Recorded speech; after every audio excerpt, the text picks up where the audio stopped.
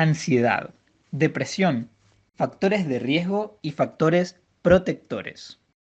Durante la vida de cada individuo, este va a estar en contacto o va a intervenir con distintos factores. Estos a su vez pueden ser factores de riesgo o factores de protección. Los factores de riesgo van a ser aquellos que van a promover o incentivar el desarrollo de alguna patología o trastorno en la persona. En cambio, los factores protectores son aquellos que van a poder permitir la prevención de dicha patología o también, si la padecemos, la resiliencia de la misma, permitiendo afrontar la situación y poder enfrentarla y mejorar la salud. Por lo tanto, estos factores van a delimitar, sintetizando, la aparición de la enfermedad, la cual en este caso podría ser la ansiedad o la depresión. A su vez, los factores de riesgo pueden dividirse en tres subtipos: individuales, familiares y sociales, o también los que se encuentran en el contexto social. Como factores de riesgo individuales, podemos ver el fracaso académico, la desmoralización estudiantil, déficits de atención y la discapacidad de lectura. El insomnio o dolor crónico, la comunicación anormal, embarazos tempranos, inmadurez y descontrol emocional, uso excesivo de sustancias, soledad, bajo peso al nacer, clase social baja, enfermedad médica o desbalance neuroquímico o discapacidad sensorial, complicaciones perinatales, pérdida personal, un duelo, por ejemplo, habilidades y hábitos de trabajos deficientes e incompetencia social. Todo este conjunto de factores van a ser propios de cada individuo y los cuales van a permitir o facilitar el desarrollo de una patología. Sin embargo, si bien decimos que estos factores son propios de cada individuo, no está mal considerar que cada individuo se ve muy influenciado por su entorno social y familiar. Es decir, que nunca un factor de riesgo puede ser plena y exclusivamente individual.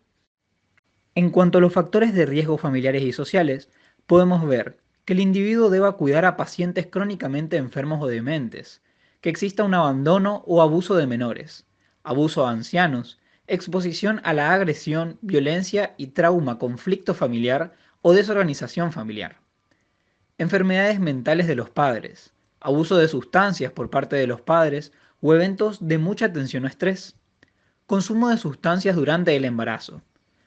Ahora bien, como se pudo ver, este tipo de factores de riesgo familiares y sociales ya abarca un poco el contexto sociocultural del paciente o del afectado, pero sin embargo no abarca a este en toda su extensión, sino a lo más próximo y lo más determinante de cada individuo. En tercer lugar, tenemos a los factores de riesgo en el contexto social. Estos son, por ejemplo, el acceso a drogas y alcohol, desplazamiento, aislamiento y anejamiento social, la falta de educación, la falta de transporte, de la vivienda e incluso la desorganización de la vecindad y el rechazo de compañeros. Circunstancias sociales deficientes, la nutrición deficiente y la pobreza. La injusticia racial, discriminación, desventaja social, la migración a áreas urbanas, violencia y delincuencia, la guerra, el estrés laboral e incluso el desempleo. Como se puede observar, estos factores de riesgo influyen y mucho en el individuo, pero sin embargo, este, es decir, el individuo, no tiene la capacidad de manejarlos, sino que estos factores forman parte del contexto social que lo rodea. Por otra parte, tenemos a los factores de protección. Estos a su vez también se dividen en individuales, familiares y sociales, y propios de un contexto social. Comencemos por los individuales. Aquí tenemos la capacidad para afrontar el estrés, capacidad para enfrentar la adversidad y adaptabilidad, la autonomía, la estimulación cognitiva temprana, el ejercicio, sentimientos de seguridad, de dominio y control, la alfabetización, habilidades de resolución de problemas, conducta prosocial, autoestima, destrezas vitales, destrezas sociales y de manejo de conflictos, el crecimiento socioemocional y el manejo del estrés. Estos factores, como ya se mencionó también en los factores de riesgo individuales, si bien son propios de cada individuo, también se ven muy influenciados por el contexto que lo rodea, y no son solamente productos del individuo y gracias a él.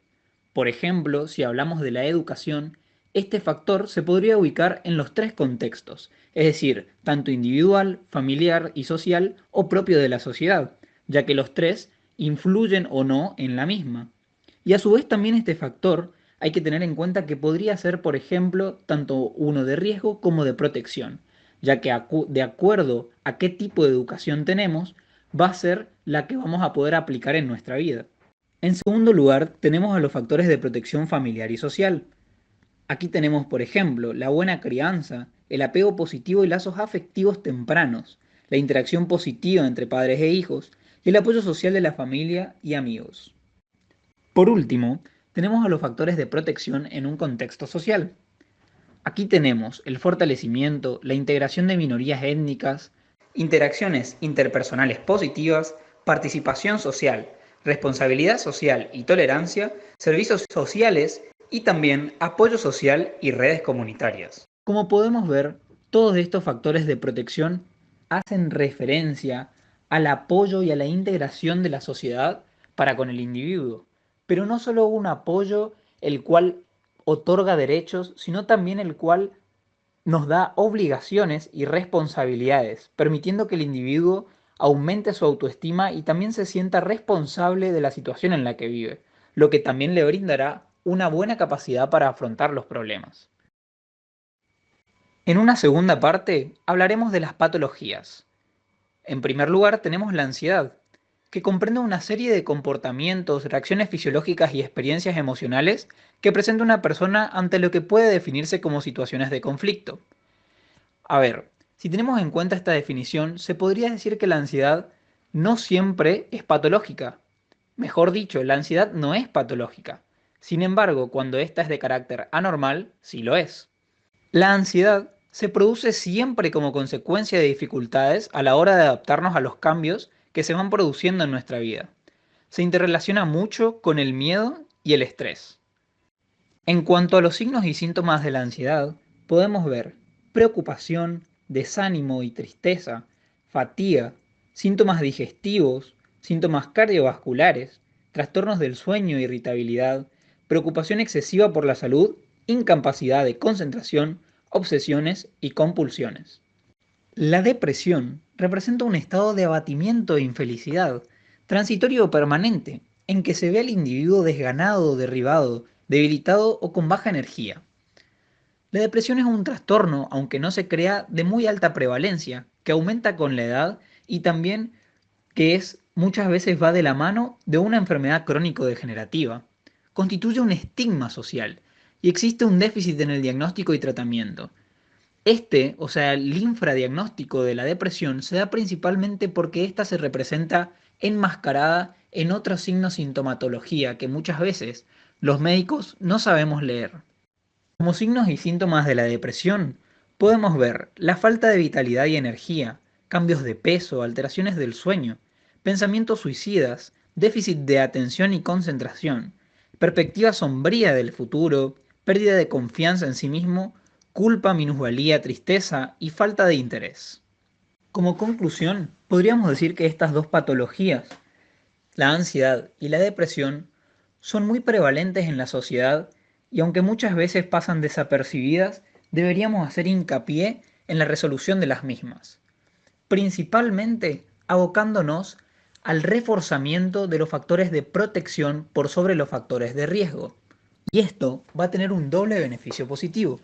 En primer lugar, podremos promover la salud y prevenir la enfermedad, es decir, estos tipos de trastornos. Y en segundo lugar, con un reforzamiento de los factores protectores, vamos a poder tener un mejor abordaje de la patología en cada paciente, permitiendo que por sí mismo puedan enfrentar al problema y salir a la solución y tener una vida saludable y plena.